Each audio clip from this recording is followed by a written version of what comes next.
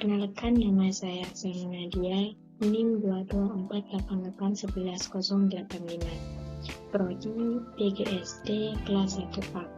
Di sini saya akan mempresentasikan mata kuliah belajar dan pembelajaran dengan materi yang akan saya jelaskan, yaitu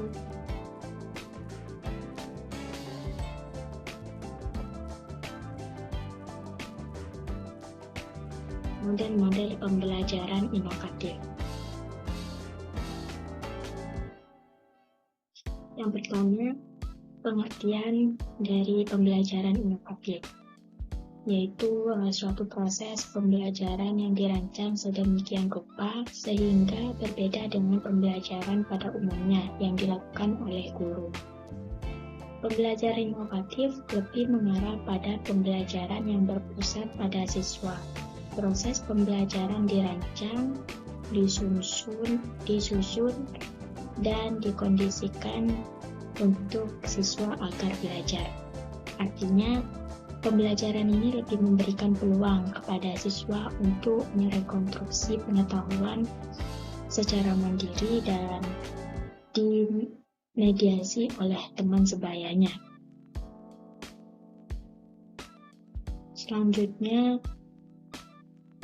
ciri-ciri pembelajaran inovatif ada 5. Yang pertama, memiliki prosedur yang sistematik untuk memodifikasi perilaku siswa. Kedua, hasil belajar yang didapatkan secara khusus yaitu perubahan perilaku positif siswa.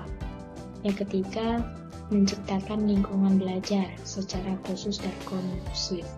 Yang keempat, ukuran keberhasilan siswa setelah mengikuti pembelajaran sehingga bisa menetapkan kriteria keberhasilan dalam proses belajar mengajar.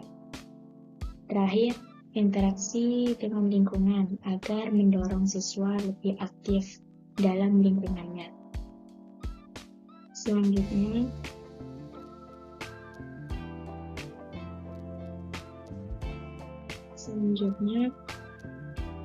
teori pembelajaran inovatif. Teori pembelajaran inovatif ini ada 3. Yang pertama, teori kognitif. Teori ini mengandalkan pikiran dan konsep dasar yang dimiliki oleh peserta didik, namun dalam proses pembelajaran untuk mengelaborasi dalam mengembangkan konsep yang diberikan kepada peserta didik dan memecahkan masalah yang ada di kelas. Yang kedua, teori humanistik. Teori ini mengandalkan komunikasi individu dengan individu lainnya, karena manusia akan membutuhkan 3 fase dalam belajar, yaitu perhatian, referensi, dan motivasi. Yang ketiga, teori Gestalt. Teori ini memandang dalam proses belajar mengajar yang merupakan fasilitas dari potensi yang dimiliki oleh peserta didik dalam belajar sehingga munculnya motivasi yang berupa pengalaman pada diri anak itu sendiri.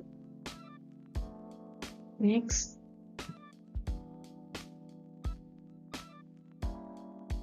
Kelebihan dan kelemahan. Kelebihan yang pertama, melatih siswa untuk mendesain suatu penemuan. Artinya, pembelajaran inovatif melatih siswa untuk berpikir kreatif sehingga siswa mampu memunculkan ide baru yang positif. Nah, di dalam pembelajaran ini, siswa dapat mengembangkan kreativitasnya sehingga bisa menemukan hal-hal baru di era globalisasi ini. Yang kedua, menuntut kreativitas guru dalam mengajar. Dalam hal ini, guru dituntut tidak menonton, maksudnya bukan harus memunculkan inovasi baru dalam proses pembelajaran, di mana kreativitas guru sangat diperlukan agar proses pembelajaran itu tidak monoton dan tidak membosankan. Yang ketiga, hubungan antara siswa dan guru. menjadi hubungan yang saling belajar. Maksudnya guru dan siswa itu bersama membangun suasana pembelajaran yang menyenangkan dalam kelas, sehingga apa yang menjadi tujuan pembelajaran itu bisa terwujud. Memahami. Ada 3. Yang pertama, siswa yang kurang aktif dalam proses belajar dan semakin tertinggal. Memerlukan alokasi untuk waktu yang lebih panjang. Terakhir, kurangnya kreativitas guru. Next.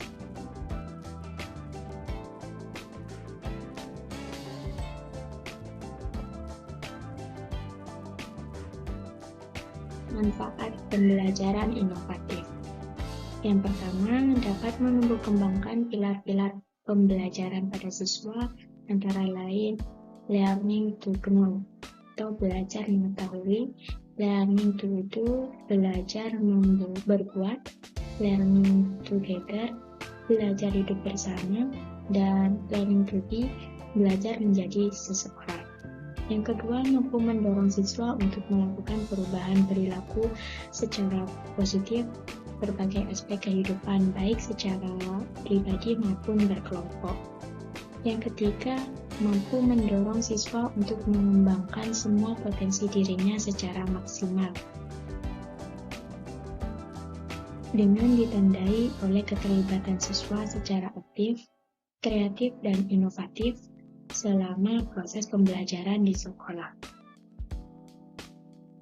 Next, selanjutnya, di sini saya membahas dan akan mempresentasikan atau membahas tentang model-model pembelajaran kooperatif. Nah, yang pertama ada pengertian dari pembelajaran kooperatif. Pengertian pembelajaran kooperatif yaitu rangkaian kegiatan belajar dilakukan oleh siswa dalam kelompok tertentu untuk mencapai tujuan pembelajaran yang telah dirumuskan. Ciri-ciri pembelajaran kooperatif.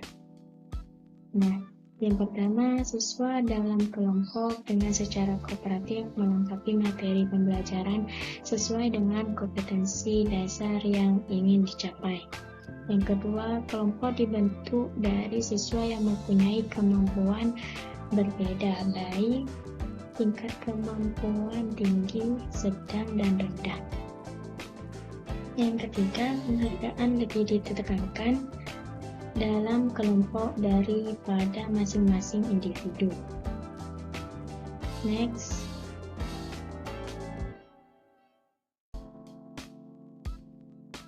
Nah, di sini ada langkah-langkah pembelajaran kooperatif.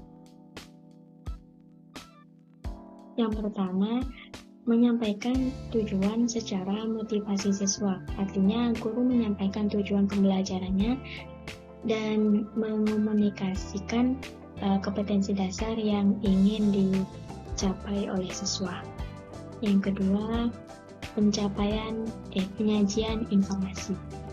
Artinya guru memberikan informasi kepada siswanya.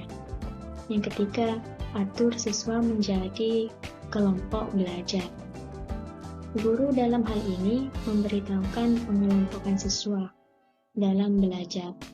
Yang keempat, membimbing kelompok belajar. Artinya guru mempunyai tugas untuk membimbing, memotivasi, dan memfasilitasi pekerjaan siswanya dalam kelompok belajar. Evaluasi. Evaluasi di sini guru mengevaluasi hasil belajar tentang materi pembelajaran yang telah diterapkan. Yang terakhir, berikan penghargaan. Sangat penting untuk guru dalam hal ini, mempunyai peran menghargai hasil belajar individu dan berkelompok. Baik, selanjutnya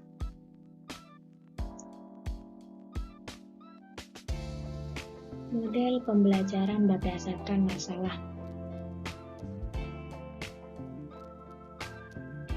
Nah, di sini ada pengertian, ada langkah-langkahnya. Yang pertama, pengertian pembelajaran masalah itu sendiri. Masalah model pembelajaran sebagai suatu konteks bagi siswa untuk belajar tentang berpikir kritis dan keterampilan pemecahan masalah, serta untuk memperoleh pengetahuan dan konsep esensi dari mata pelajaran.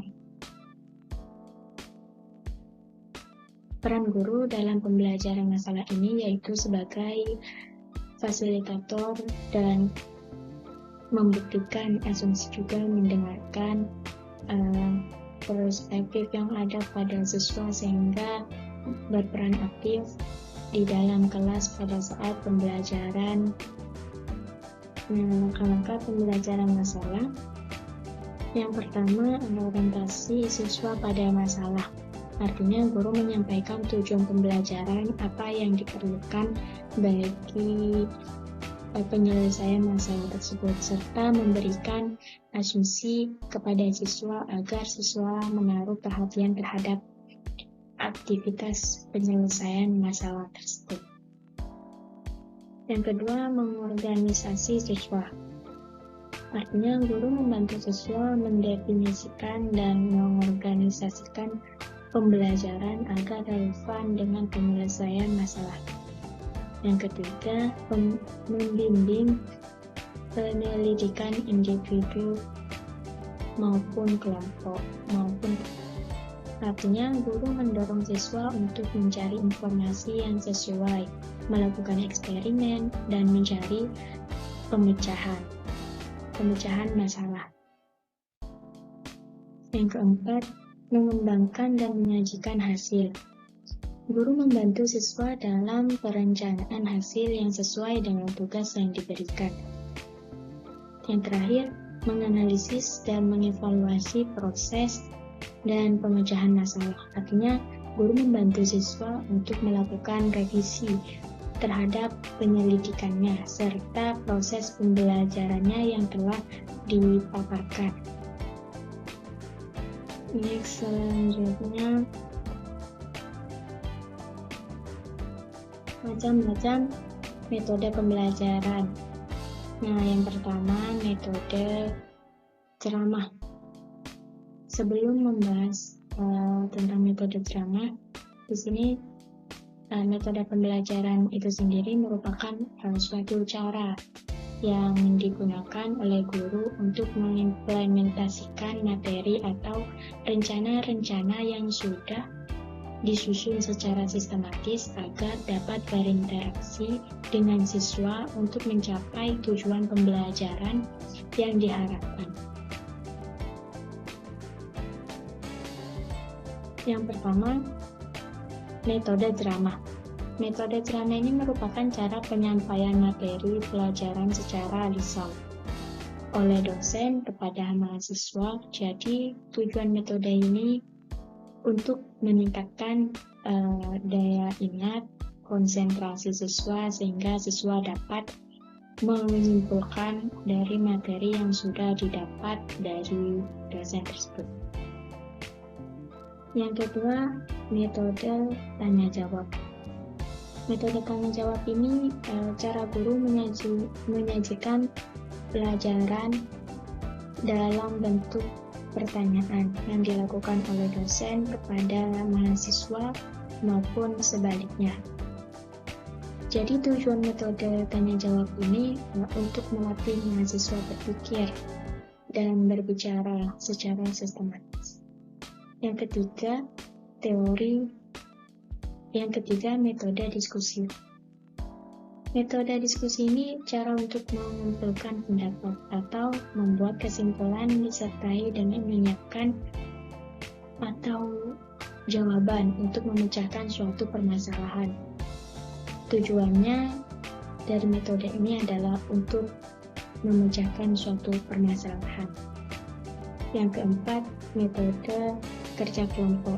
Metode ini mahasiswa dalam satu kelas dipandang sebagai suatu kelompok untuk mencapai suatu tujuan tertentu. Yang terakhir, metode demonstrasi atau eksperimen.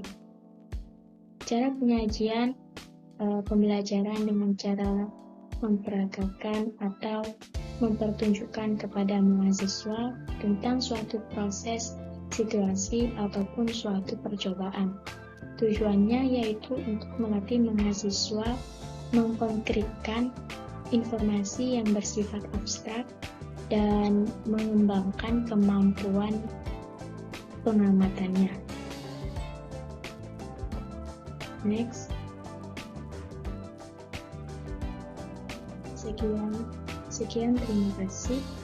Apabila ada kata-kata yang kurang berkenan, mohon maaf sebesar-besarnya. Wassalamualaikum warahmatullahi wabarakatuh.